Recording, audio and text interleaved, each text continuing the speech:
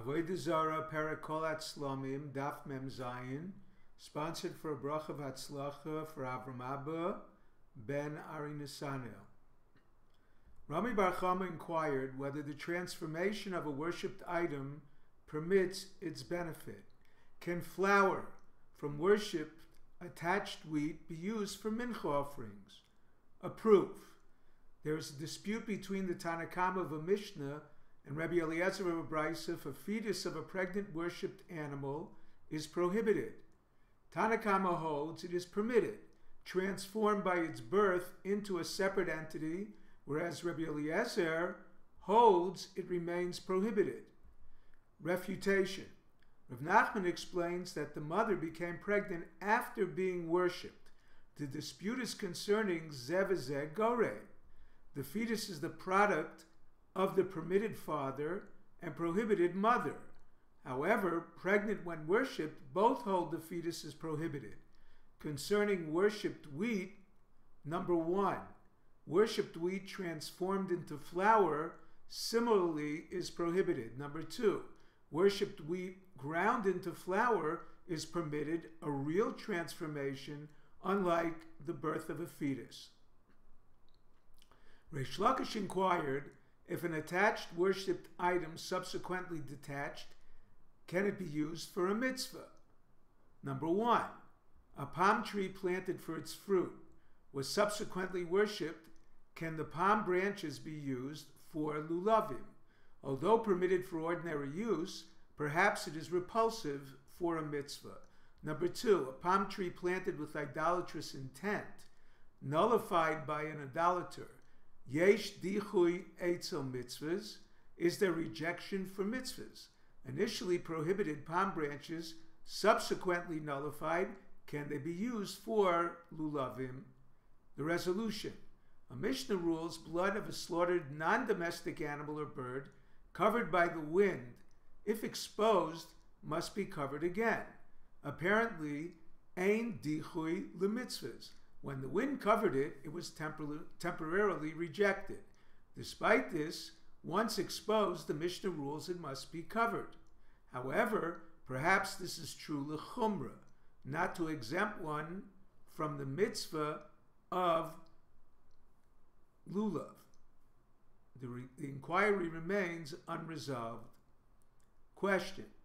Can a worshipped animal's horns, bones, or intestines be used for musical instruments in the temple? Certainly the opinion who holds Iker Shira Bekalim, the primary song in the temple are the instruments, it is prohibited.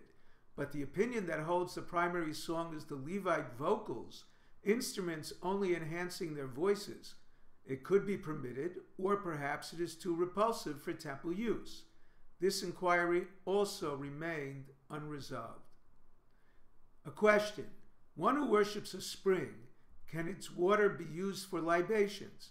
Is he worshiping only the water in front of him or the current?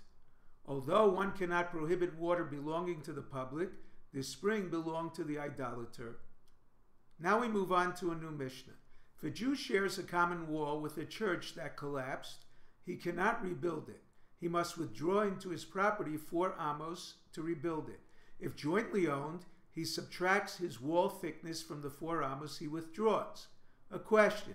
By withdrawing, he increases the space of the church. The answer. He makes it into a bathroom for children who are too young to relieve themselves modestly or erects a fence of thorns. There is a dispute concerning the kind of rabbinic tumah attributed to idols. Tanakama holds it transmits tumah kesheretz through contact, based on the verse Shaketz to Shaktzenu. Rabbi Akiva holds it transmits tumah kenida through carrying, based on the verse Tizreim Kamodava. Now we move on to a new Mishnah. The Mishnah defines 3 categories of idolatrous houses. Number 1, a house built to worship is prohibited. Number 2, a regular house plastered and decorated with idolatrous impressions.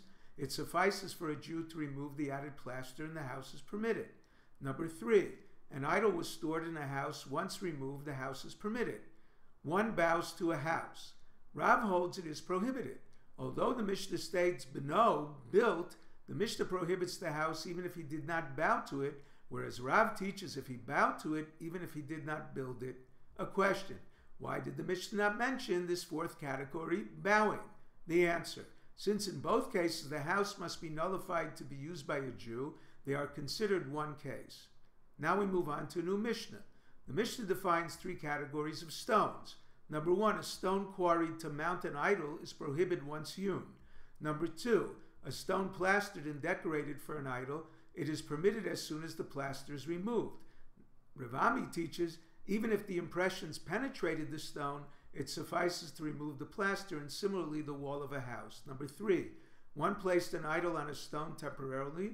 As soon as it is removed, the stone is permitted. If you're enjoying Daf 5, please click on the link below, subscribe, and become a sponsor. Thank you.